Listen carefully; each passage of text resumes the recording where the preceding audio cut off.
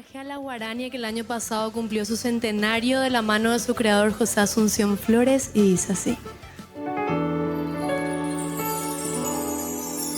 Daikatumo ai haiko vedosher landerehen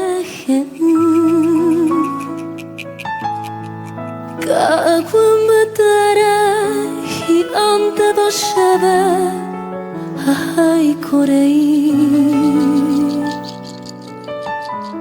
koshe corazón shembotarovata derejé a pensar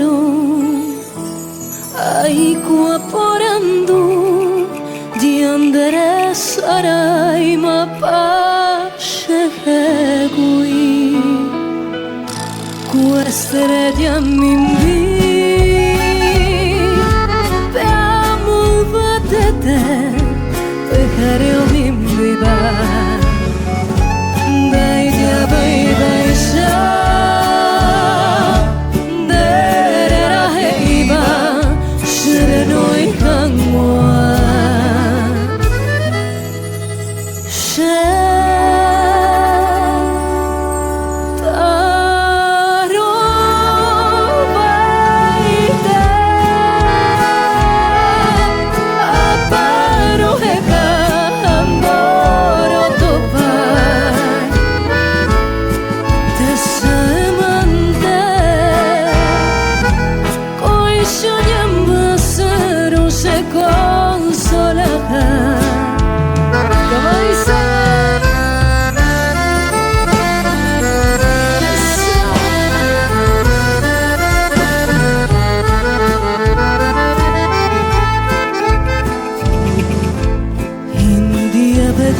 mezcla de diosa y pantera,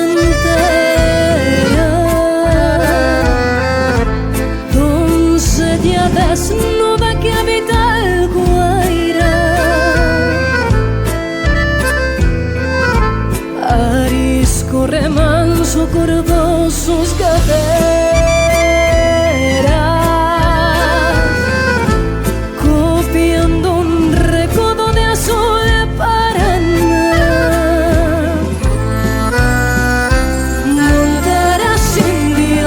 Se va de la raza virgen, Eva Guayaquil.